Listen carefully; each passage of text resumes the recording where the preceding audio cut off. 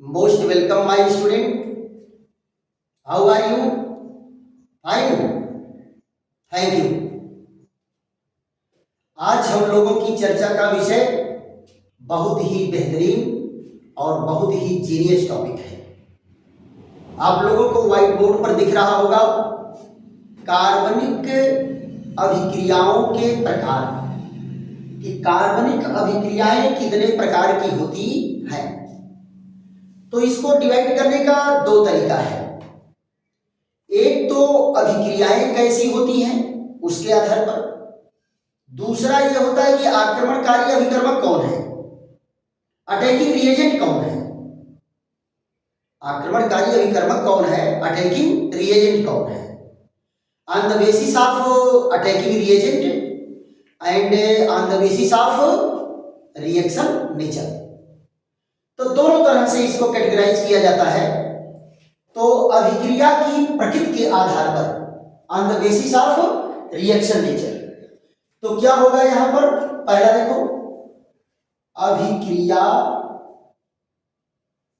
की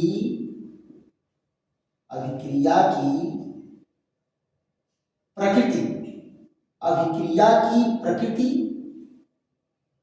के आधार पर, अभिक्रिया की प्रकृति के आधार पर इनको चार कैटेगरी में डिवाइड किया गया है। एक एक करके हम लोग सबको पढ़ेंगे। पहले ये देख लेने की जरूरत है कि अभिक्रिया कितने प्रकार की होती है। तो चार प्रकार की अभिक्रियाएं होती हैं। पहला कौन है, प्रतिस्थापन अभिक्रिया। प्रतिस्थापन अभिक्रिया, प्रतिस्थापन अभिक्रिया, इसको हम लोग क्या कहते हैं अंग्रेजी में, अंग्रेजी में कहते हैं बेटा सब्स्टिट्यूशन रिएक्शन। सब्स्टिट्यूशन रिएक्शन, अगर आपको भूलने का डर हो सब्स्टिट्यूशन क्या होता है तो आप सब्जी चूसन याद करो, सब्जी चूसन याद हो जाएगा, सब्स्टिट्यूशन रिएक्शन। इसमें क्या होता है बेटा, एक परमाणु या परमाणु समूह को किसी यौगिक के अणु में से कोई दूसरा परमाणु या परमाणु समूह आएगा और धक्का मार के भगाएगा और उसी की जगह मार करके बैठ जाएगा। यह प्रतिस्थापन अभिक्रिया है। डिटेल चर्चा हम लोगों की चलेगी। दूसरी अभिक्रिया हम लोगों की क्या है, योगात्मक अभिक्रिया। योगात्मक अभिक्रिया, योगात्मक अभिक्रिया को क्या कहते हैं, योगात्मक अभिक्रिया, इसको कहते हैं एडिशन रिएक्शन। बेटा अंग्रेजी में एड क्या कहते हैं हम लोग, एड माने जोड़ना है, तो वही एडिशन रिएक्शन है। एडिशन रिएक्शन, या दो से अधिक अभिकारक आपस में जुड़ करके एक यौगिक का निर्माण करेंगे तो इसको कहते हैं योगात्मक, जुड़ने वाली अभिक्रिया। तीसरा क्या है, तीसरा है निराकरण अभिक्रिया। निराकरण अभिक्रिया, निराकरण अभिक्रिया, या एक और इसका नाम क्या है, एक और इसका नाम है विलोपन अभिक्रिया। क्या कहलाता है, विलोपन अभिक्रिया। विलोपन अभिक्रिया, विलोपन अभिक्रिया, विलोपन अभिक्रिया की अंग्रेजी क्या होती है, एलिमिनेशन रिएक्शन। एलिमिनेशन रिएक्शन, इसको कहते हैं विलोपन अभिक्रिया या निराकरण अभिक्रिया। चौथा यहां पर क्या है, पुनर्विन्यास अभिक्रिया। पुनर्विन्यास अभिक्रिया, पुनर्विन्यास अभिक्रिया को क्या कहते हैं, रीअरेंजमेंट रिएक्शन। पुनर्विन्यास अभिक्रिया को क्या कहेंगे, रीअरेंजमेंट रिएक्शन। रीअरेंजमेंट रिएक्शन, पुनर्विन्यास अभिक्रिया। तो जरा एक बार आउट आइडिया हम लोग देख लेते हैं। इसमें मैं क्या बताया, किसी परमाणु या परमाणु समूह को हटा करके उसी के जगह पर कोई दूसरा परमाणु या परमाणु समूह जुड़ जाएगा, प्रतिस्थापन अभिक्रिया। दूसरे में मैं क्या बताया कि दो या दो से अधिक अभिकारक आपस में जुड़ करके एक यौगिक का निर्माण करेंगे। तीसरे रिएक्शन में क्या होता है, किसी यौगिक के अणु में से कोई छोटा अणु निकल के अलग होता है ना, तो इसको क्या कहते हैं, निराकरण अभिक्रिया कहते हैं। तो ये दोनों reaction, addition reaction and elimination reaction, both reactions are opposite to each other. ये दोनों एक दूसरे के अपोजिट होते, उल्टा होते हैं। एक में कोई अणु जुड़ता है और दूसरे में अणु निकलता है। तो इस पर हम लोगों की बेहतरीन चर्चा चलेगी, एक एक की चर्चा चलेगी, जितने प्रकार की अभिक्रियाएं होंगी सब चर्चा चलेगा। और पुनर्विन्यास अभिक्रिया का मतलब क्या होता है कि आप सोचते हो कि ये अभिकारक में क्रिया करेगा तो डायरेक्ट ये प्रोडक्ट बनना चाहिए, लेकिन बट वो बनता नहीं है। बनता क्या है, दोनों दूसरा कंपाउंड बनता है, वो बीच में तमाम रीअरेंजमेंट हो जाता, तमाम इधर उधर ग्रुप जो है डिस्को डांस कर देते हैं, है कि नहीं। तो इस अभिक्रिया को क्या कहेंगे, पुनर्विन्यास अभिक्रिया। फिर आक्रमणकारी अभिकर्मक के आधार पर यहां देख लो, तो आक्रमणकारी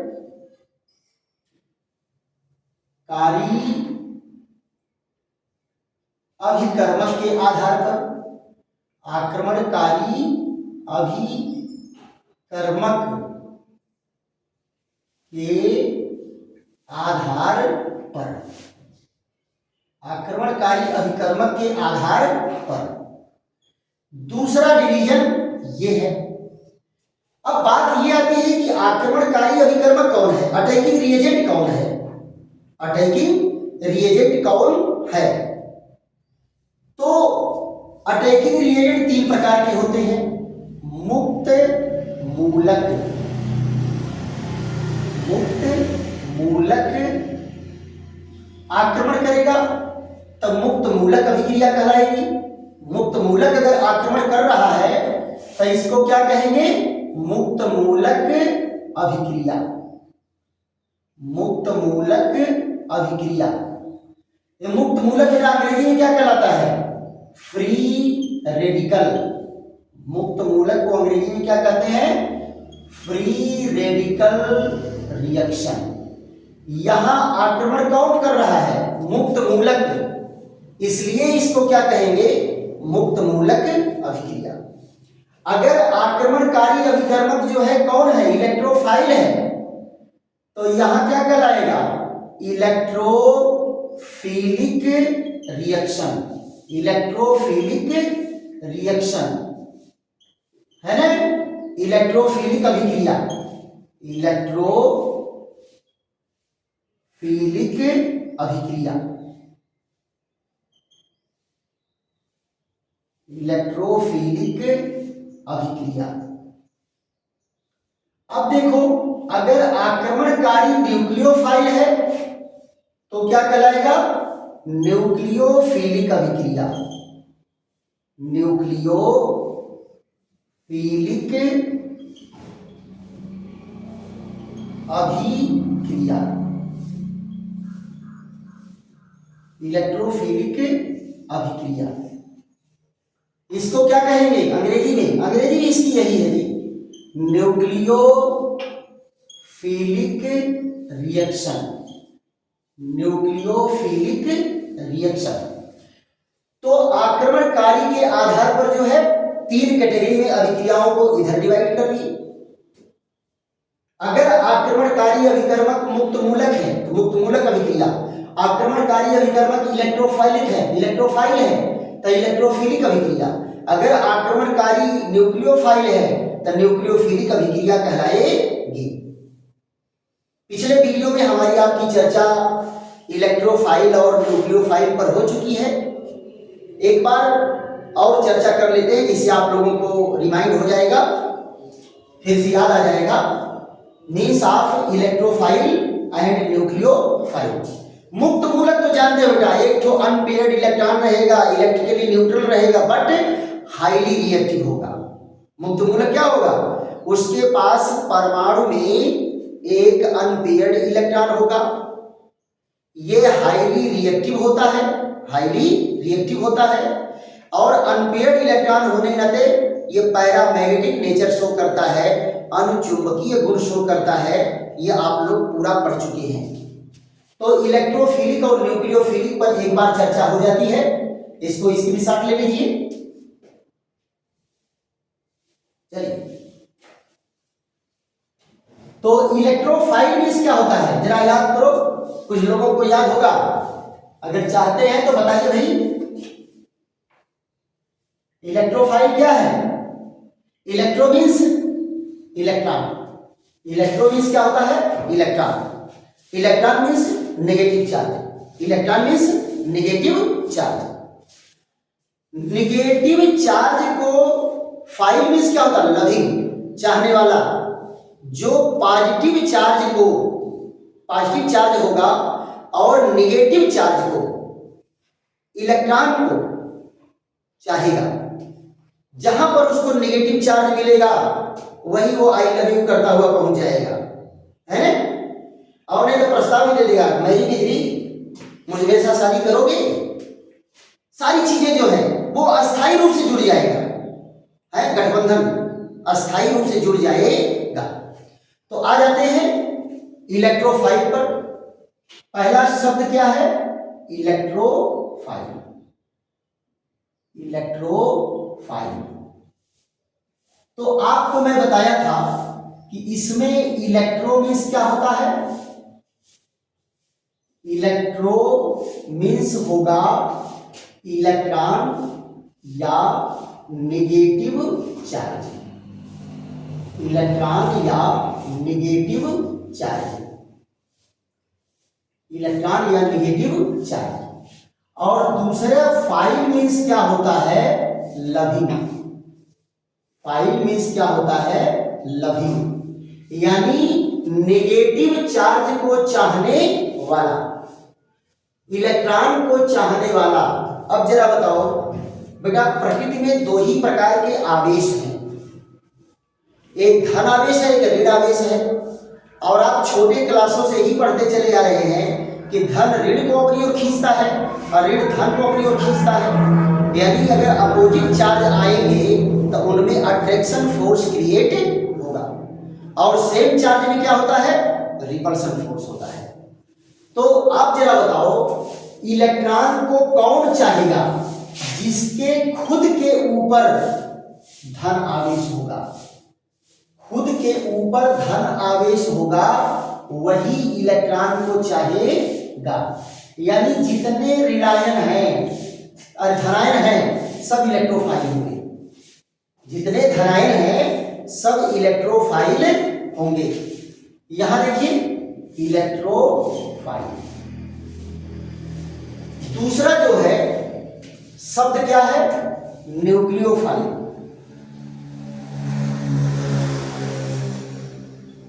न्यूक्लियोफाइल।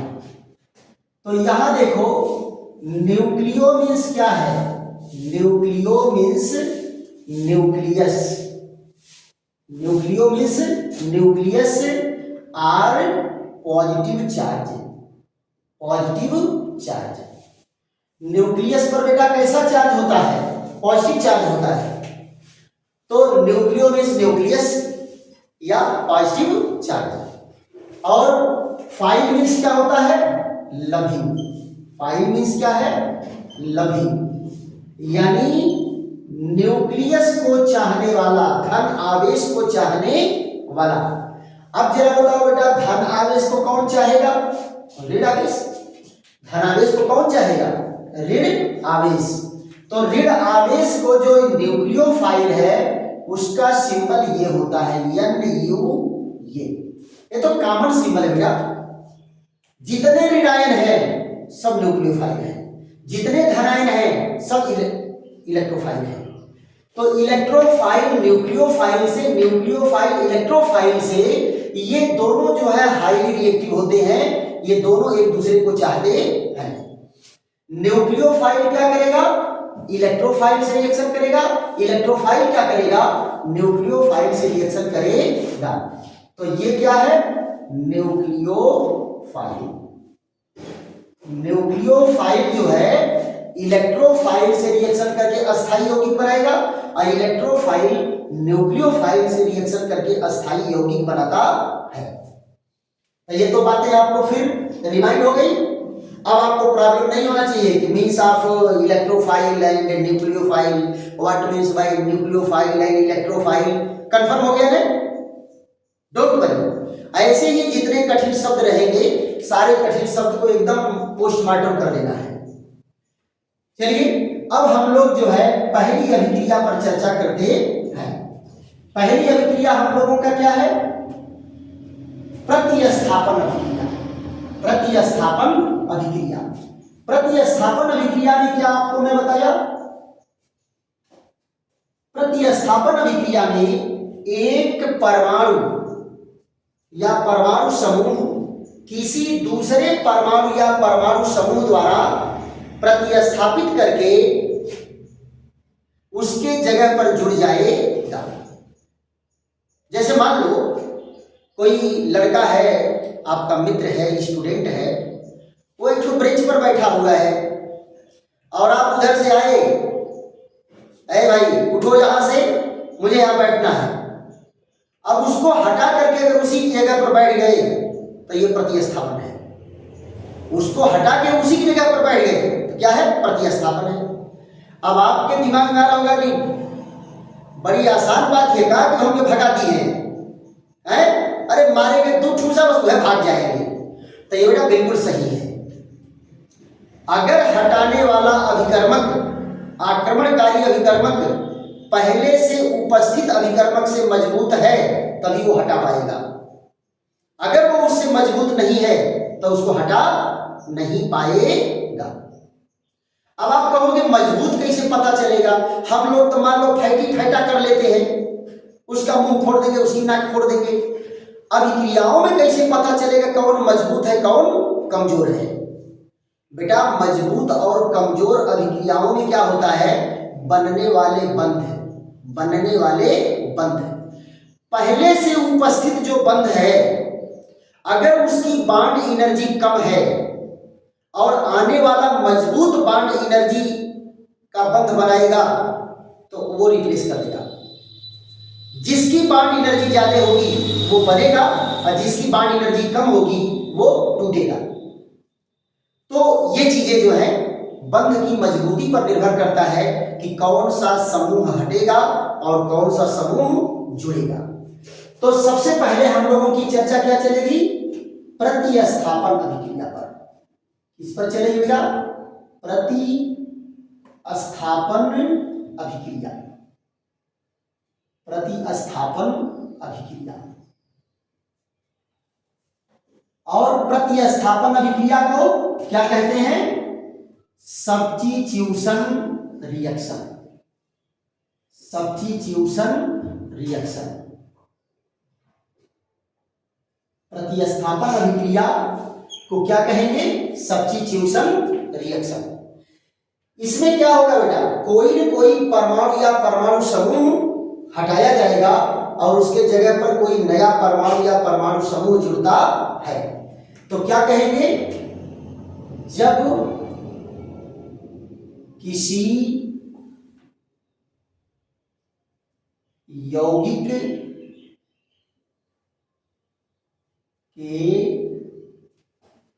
अणु में से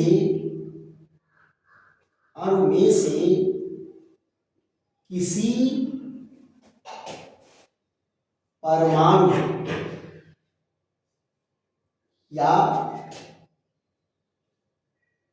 परमाणु समूह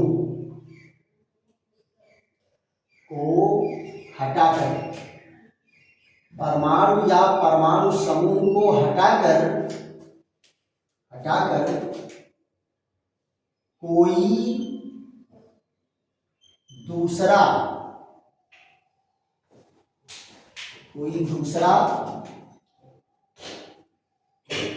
परमाणु या परमाणु समूह जुड़ता है तो उसे प्रतिस्थापन अभिक्रिया कहते हैं। प्रतिस्थापन अभिक्रिया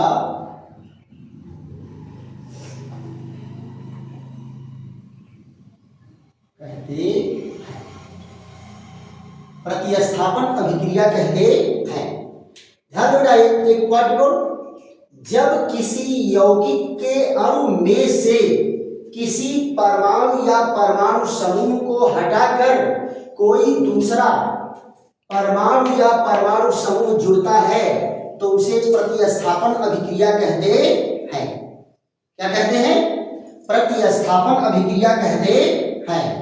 जरा ध्यान दो, ये क्या है? R और ये CH और यहां क्या लगा है? Cl। क्या लगा है? Cl। और आ कौन गया? OH negative. OH negative. देखो बेटा, ये कौन है?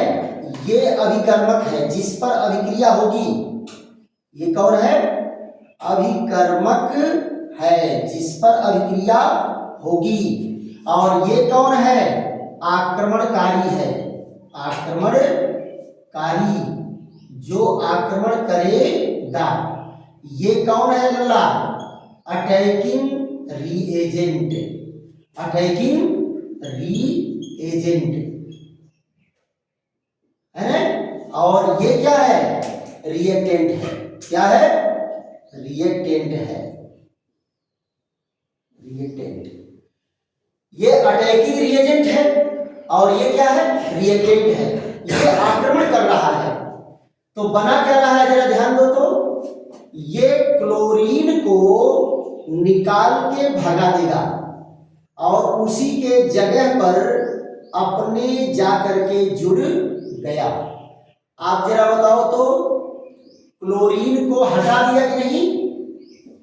OH समूह क्या किया? क्लोरीन को हटा करके उसी की जगह पर लग गया है। तो इस अभिक्रिया को क्या कहेंगे? प्रतिस्थापन अभिक्रिया कहेंगे। बात क्लियर समझ में आ गई? और अगले वीडियो में प्रतिस्थापन अभिक्रियाओं की मैकेनिज्म और प्रतिस्थापन अभिक्रियाएं कितने प्रकार की होती हैं, सारे पॉइंट पर हम लोगों की डिटेल चर्चा चलेगी। आज दिनांक को बस यही हम लोग विश्राम लेते हैं। और वीडियो आप लोगों को अगर बेहतरीन लग रहा है तो मजे की बात है कि खूब लाइक, सब्सक्राइब, शेयर करिए। और केमिस्ट्री को बेटा कभी भी बर्डन बना करके, बोझ बना के नहीं कि अरे बाप आज हम केमिस्ट्री पढ़ने बैठे हैं। एकदम इंजॉय लेकर के पढ़ो, मजा आ जाएगा केमिस्ट्री पढ़ने का। लोग झूठे कहते हैं बहुत कठिन विषय है। कठिन विषय को आसान कर देना ही बुद्धिमानी है। देखो बेटा, कोई बहुत बड़ी चीज हो तो उसको छोटा करके पढ़ा जाता है।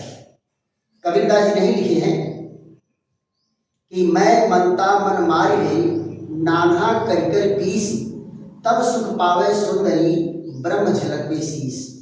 अगर कोई बहुत बड़ी चीज लग रही है, बहुत कठिन चीज लग रही है, तो आप उसको कठिन मत समझो, उसको धीरे धीरे छोटा कर करके काटो, छोटा कर करके काटो, और एक दिन विजय तुमको मिलने वाली है। आप करते ही मत केमिस्ट्री को कठिन विषय बना के चलो, ये बहुत ही इजी विषय है। थैंक यू, धन्यवाद।